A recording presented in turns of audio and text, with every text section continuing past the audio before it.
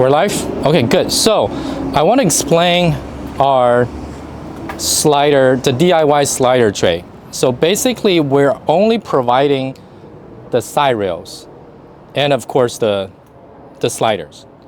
You have to determine what width you need and cut the material that you need and mount it onto our two side rails.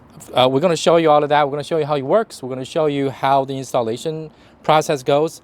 It's very easy, but I'm explaining because we're only providing these two and of course the handle.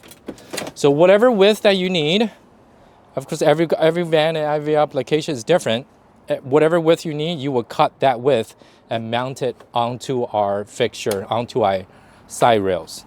And make your own, basically we call it DIY, so you can make your own slider tray.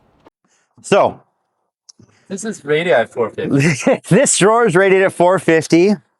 I'm 160-ish. Steve's about 160. Should be no problem. And yeah, Okay. there's this Okay, bring me back. this drawer. This drawer, bring you back in. This drawer is good. There you go. Okay. I'm 180. Just up the mass a little bit. Just up the mass a little bit. Let's go for this. Oh my god, this is so scary. Oh shit! It doesn't do anything. It doesn't do anything. Dude, what? No, don't get smashed with the door. Oh my god. We're fine. Okay. So 450 is 450. Yeah, dude, that's so sick. That's so sick. Now both. Now both. Jump on there. That's awesome.